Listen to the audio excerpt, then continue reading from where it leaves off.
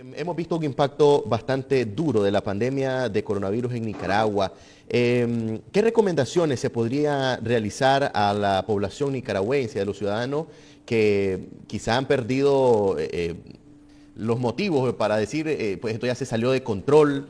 ¿Qué pueden hacer desde casa los ciudadanos que nos están viendo? Bueno, en primer lugar, creo que la batalla nunca está perdida cuando tenemos salidas, sobre todo entendiendo que estamos ante un proceso inflamatorio.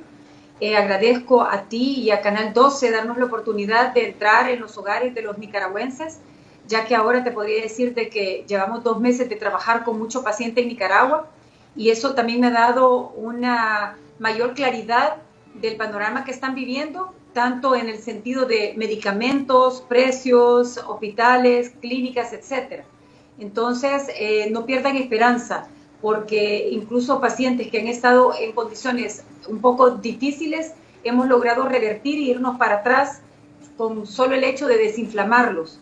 Entonces, esa es la primera como ánimo. No quiero que se desanimen porque vean que hay muchos casos. No es la cantidad de casos el problema, ¿de acuerdo? Porque si esto fuera un HN1, una influenza, también estaríamos invadidos. O sea, son tan contagiosas porque se pasa a través del estornudo y de la tos que tendríamos la misma cantidad de gente, pero con la salvedad de que sabemos que hay tratamiento y no lo vemos como una peste bubónica. Y por esa es la razón de empezar a entender que no estamos ante algo tan terrible si es tratado a tiempo en los primeros 3 días de enfermedad. Como cuando usted me dice que si es tratado a tiempo, ¿cómo la ciudadanía puede identificar estoy con el virus del COVID-19? ¿Qué debo hacer? Estoy en mi casa, pero no quiero arriesgarme a ir a una unidad de salud pública.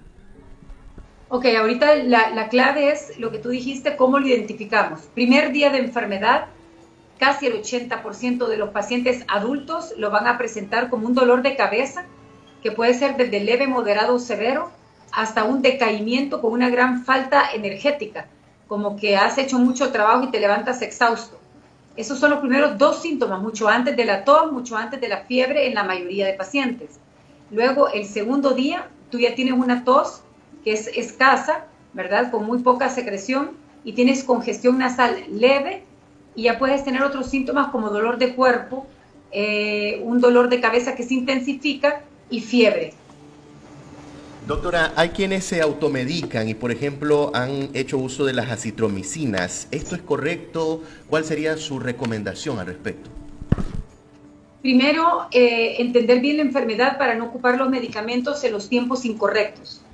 La enfermedad es un proceso viral muy familiarizado con la influenza, ¿de acuerdo? Y las influencias, cuando hay mutaciones, te doy el ejemplo de H1N1, en cuestión de 3 o 4 días puedes tener una bronconeumonía, una neumonía e incluso un derrame pleural por la intensidad de la respuesta inmunitaria ante un virus nuevo. Por lo tanto, cuando tú empieces con un proceso viral, llámese iniciar con dolor de cuerpo o dolor de cabeza, congestión nasal, leve tos, tú debes iniciar con un antiinflamatorio no esteroideo si no eres alérgico, y puede ser ibuprofeno 400 en los adultos o puede ser naproxeno de 220 miligramos como Aleve, que es la marca comercial en Estados Unidos. La diferencia es que ibuprofeno lo das 3 veces al día y ahora estamos prefiriendo llevarlo de 7 a 10 días, dependiendo de qué tan fuerte es el proceso inflamatorio, y el naproxeno, es cada 12 horas, mañana y tarde, también de 7 a 10 días, acompañados ambos por un antigripal 3 veces al día por 7 días, puesto que los coronavirus, al igual que la influenza y la parainfluencia, son un grupo que son gripales. O sea, por lo tanto, estás ante una gripe muy fuerte que tienes que iniciarla a desinflamar temprano para que no se te complique. Todo lo que hemos visto a nivel mundial son complicaciones. No es que el COVID-19 sea tan terrible, es las complicaciones de un proceso viral maltratado. Entonces, ¿das acitromicina al principio? La respuesta es no. Dar acitromicina en los primeros 3 días de enfermedad no está bien porque la mayoría de pacientes van a salir perfectamente con el ibuprofeno o con el naproxeno o con la indometacina, que es el otro antiinflamatorio, que se da la indometacina, no he dicho su dosis, es 25 miligramos 3 veces al día por 7 a 10 días, por si no encuentran los otros, junto con el antigripal 3 veces al día por 7 días. Entonces, el paciente que te consulta tarde, del 5.º al 6.º día, debe iniciar antibiótico. pero ese es un paciente que te ha consultado ya en una fase que le llamo yo ventana, que estás entre el proceso viral y que una bacteria se aproveche y te comience una bronconeumonía o neumonía. Es ahí que tú puedes dar como una de las opciones acitromicina. Pero uno de los grandes errores que estoy viendo es el uso de acitromicina 500 dada cada 12 horas o acitromicina 1 gramo al día. Eso está mal en el sentido farmacológico, porque la acitromicina debe ser dada 500 miligramos diarios por 5 a 6 días como máximo. Doctora, hemos visto que personas presentan tal vez estos síntomas que usted nos estaba describiendo, que son los primeros que se comienzan a expresar, pero vemos que en algunos casos no impacta tanto y no hace que la persona tenga más complicaciones en cuanto a su salud. ¿Esto a qué se debe? Tenemos diferentes tipos de respuestas inmunitarias y yo no sé si te acuerdas, cuando todo esto comienza, la gente siempre te dice, doctora, ¿cómo hago para levantar mi sistema inmunológico? Tendemos a pensar que teniendo un sistema inmunológico muy fuerte, estamos mejor protegidos. Pero en casos de que te da una respuesta inflamatoria el sistema inmune, lo que tú necesitas es simple y sencillamente un sistema inmunitario normal.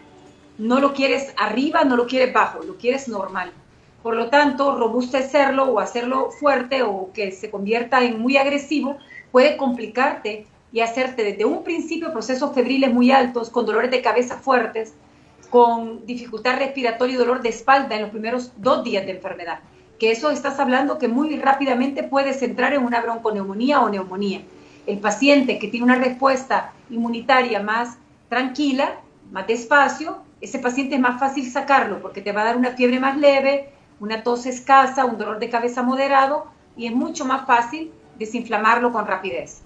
Doctora, en el caso de los pacientes que presentan complicaciones como diabetes, como hipertensión o algún otro tipo pues, de padecimiento crónico, ¿qué se recomienda cuando presentan estos síntomas? Ahorita creo que estamos muy a tiempo para aquellos pacientes que están sanos y es una gran recomendación que se saquen por favor un hemograma completo, plaquetas, creatinina para ver el riñón y una TGO para ver el hígado.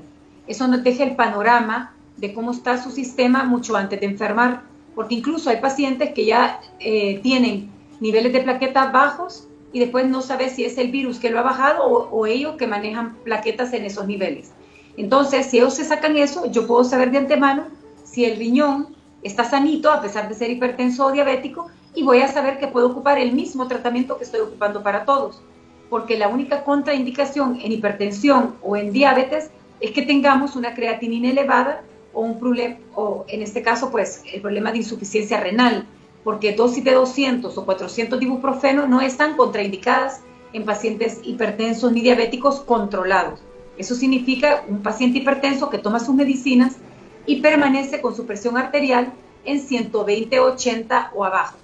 Pacientes que estén tomando tratamientos de hipertensión pero que mantengan presiones de 140/90 no son controlados.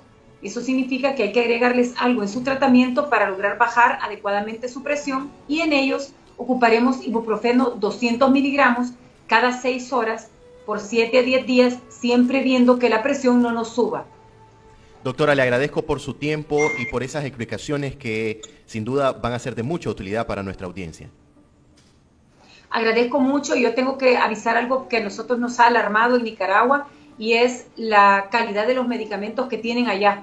O sea, nos ha asustado ver que muchas veces lo que deberíamos de esperar es una gran recuperación ocupando antiinflamatorios más antigripales y vemos que el paciente no se agrava terriblemente, pero o se estanca o va empeorando poco a poco. Y hemos llegado a conocer que uno de los ibuprofenos que no nos está funcionando para nada es de la marca Saimed. Y lo siento mucho por los laboratorios porque no quisiera mencionarlo, pero es muy importante saber que estos medicamentos hechos en la India nos están dando problemas en Nicaragua, específicamente en Nicaragua, y también en el Perú. Luego, ibuprofenos de las siguientes calidades: Lancasco, Carosa, La Santé de Colombia, Genfar de Colombia, MK alemana, nos están dando muy buenos resultados. Entonces, ojo con la calidad del ibuprofeno o de cualquier antiinflamatorio no esteroideo y también ojo con la calidad de los antigripales. Doctora, muchas gracias, muy amable.